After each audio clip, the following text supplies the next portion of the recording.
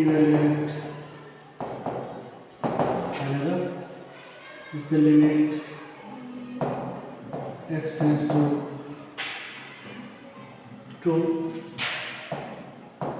x squared minus 8 divided by x minus 2 x minus 2 x squared x cube है x cube minus 8 x minus 2 अब यदि हामी 2 राख्यौं भने 2 cube कस्तो हुन्छ भन्दाखेरि 0/0 फर्ममा हुन्छ हैन 0/0 फर्ममा हुन्छ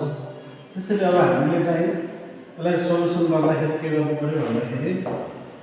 अलिकति मिलाउनु पर्यो है सोलुसन गर्दाखेरि के गर्नु पर्यो 0/0 फर्ममा छ भने limit x tends to 2 x cube minus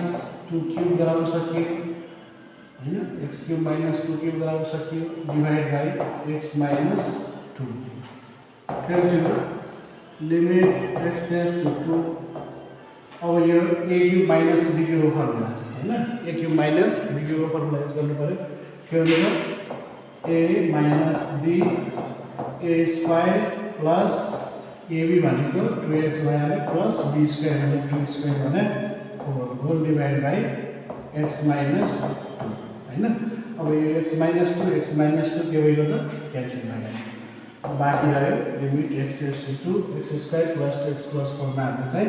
x को भ्यालु राख्नु भने के हुन्छ 2 स्क्वायर प्लस 2 टाइम्स 2 प्लस 4 है 2 * 4 प्लस 4 प्लस 4 गरे भने कति हुन्छ त 4 4 8 8 प्लस 4 12 हैन